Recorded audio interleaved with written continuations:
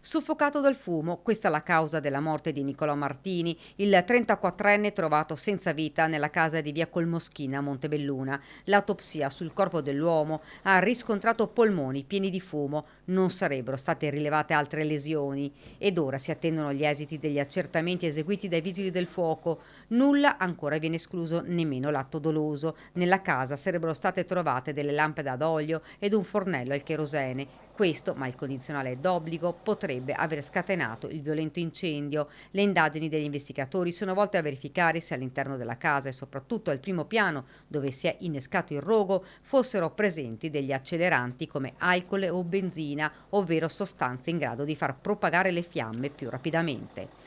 Fra l'altro l'abitazione era priva di energia elettrica e non c'erano né divani né tende, oggetti che per la loro composizione avrebbero potuto facilitare l'innesco del rogo.